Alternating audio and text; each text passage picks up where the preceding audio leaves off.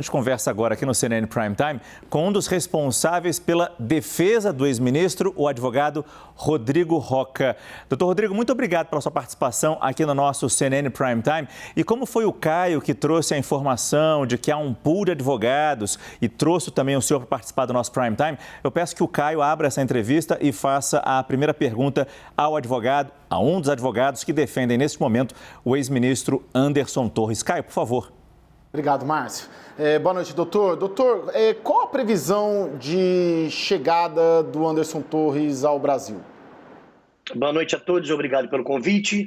Não há uma previsão. Hoje mesmo a própria CNN noticiou a suspensão do serviço de aviação em todos os Estados Unidos em razão de uma falha no sistema. Então, nós comunicamos isso à relatoria do feito, ao ministro Alexandre de Moraes, por escrito, que a decisão judicial será cumprida o quanto antes.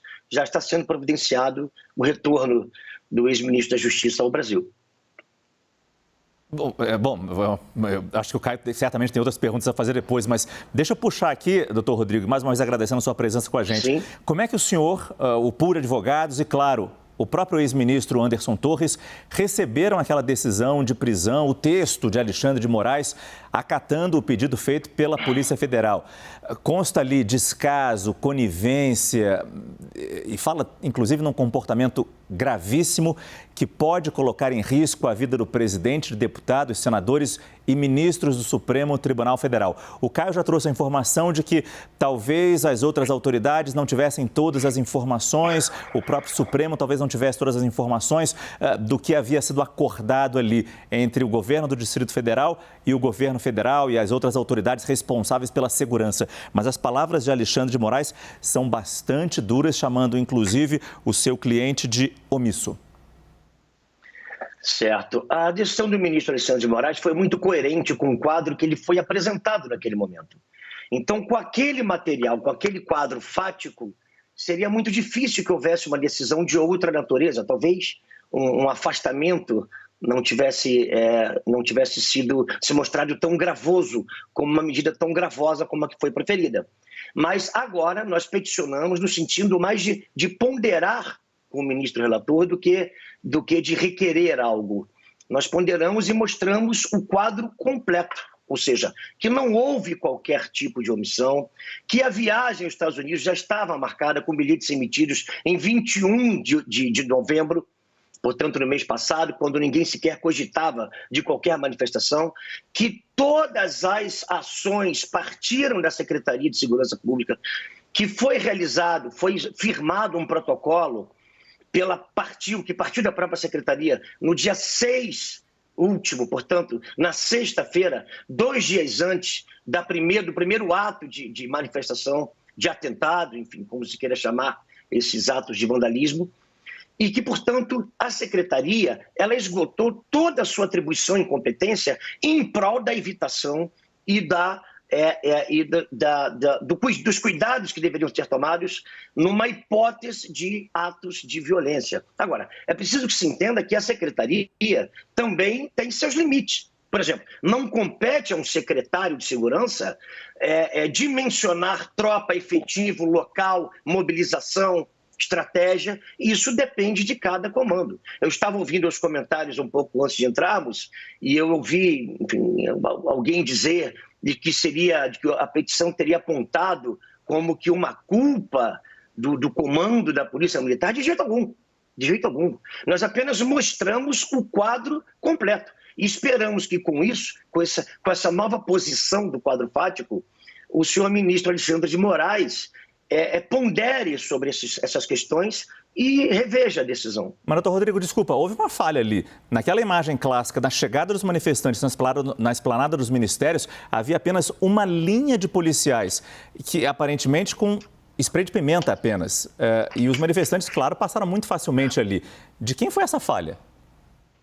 O Protocolo de Ações Integradas, número 2 de 2023, que contou com a participação e assinatura de SOP, SEAT, CIOB, PMDF, PMDF-DOP, PCDF, Corpo de Bombeiros, DETRAN, DF Legal, Senado Federal, Câmara dos Deputados, STF, PRF e DER, esse protocolo foi firmado como aí sim, como um pool de forças policiais, tendo sido regimentadas todas as forças policiais sob o comando do então secretário de Segurança, para que isso não acontecesse. Então as determinações foram feitas. Agora, a forma de se executar, repito, não competia ao secretário de Segurança, que por seu regimento interno, ou melhor, pelo regimento interno da própria secretaria, deveria tão somente planejar, comandar, orientar. Ele delega, pelo próprio termo legal, a execução aos órgãos executivos, evidentemente. Então, se houve alguma omissão, em absoluto, isso pode ser atribuído à Secretaria de Segurança Pública do DF. Caio, a sua pergunta, por favor. Doutor, a culpa é de quem? A apuração foi instaurada, eu posso dizer aos senhores de quem não é a culpa. E não é do ex-ministro da Justiça, Anderson Torres. Quer continuar, Caio? O senhor, por esse protocolo, o senhor aponta ali, por toda essa fala do senhor aqui na entrevista, o senhor aponta que ele deixou planejado, que houve um protocolo de assinatura com os outros poderes e que ele teria deixado a execução para a Polícia Militar. Seriam esses, né? Porque se o senhor tem o quadro de que a culpa não é do Anderson, o senhor, muito provavelmente, o senhor tem o quadro de quem seria essa responsabilidade pela execução desse plano. São esses agentes aí, agentes executivos que o senhor cita, Supremo, Congresso, PCDF, Polícia Militar, de quem que é a responsabilidade pelo que aconteceu no domingo, segundo a defesa, segundo o senhor, do Anderson Torres? Tampouco isso, Caio. Só a investigação vai mostrar isso. Nós, em momento algum, apontamos o dedo para indicar culpa de quem quer que seja. Apenas dissemos que não há a menor parcela de culpa que possa ser atribuída ao ex-secretário de Segurança Pública e ex-ministro da Justiça, Anderson Torres. E por quê? Repito.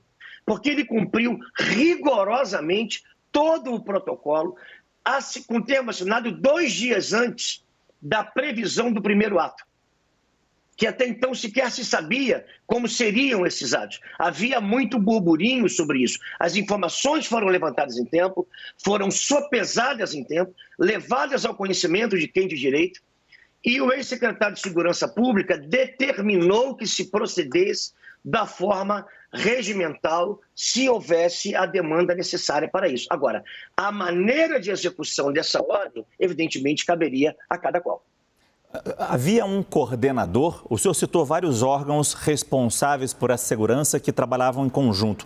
Quem era o coordenador desse trabalho? Não era o secretário de Segurança do Distrito Federal?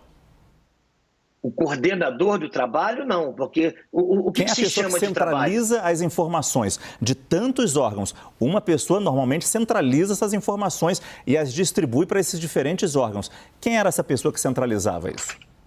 Perfeitamente. A folha de rosto desse documento, ela traz a seguinte especificação: evento, manifestação pública, chamamento em redes sociais, data 7, 8 e 9 de janeiro de 2023. Público não informado. Programação. As informações do presente protocolo foram obtidas com base em levantamento de inteligência e divulgação em redes sociais. Não houve qualquer cadastramento de ato público na gerência de eventos da SOP. Não foi realizado qualquer cadastramento de carro de som na SSP. Conforme divulgação, há previsão de deslocamento de manifestantes em caravanas de ônibus de todo o país com destino à área central de Brasília. Portanto, esses dados foram coletados e levados e armazenados, claro, na Secretaria de Segurança Pública. E lá eles foram devidamente distribuídos e comunicados a todos esses órgãos que participaram e firmaram esse protocolo de ações integradas. Então, de maneira que a competência, ou melhor, o que cabia à Secretaria de Segurança foi feito em tempo e muito bem feito. Me imagino, pela sua resposta, que o coordenador, então, desse grande grupamento de segurança era o ex-ministro, ex-secretário Anderson Torres. Caio.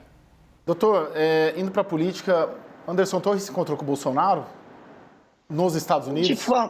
De forma alguma, não tem. Isso é conversa fiada, isso é especulação, não teve. Uma viagem não teve nada a ver com outra. A viagem do ex-ministro Anderson Torres estava programada havia muito tempo, bilhetes emitidos em novembro. Não tem nada a ver, não se encontraram, não se falaram, não tem nenhum cabimento essa tese, essa proposta de alguns setores da imprensa. Não existiu isso. Doutor, e só mais uma, Márcio, me permite. As férias do Anderson eram na segunda. Ele não deveria ter estado em Brasília no domingo?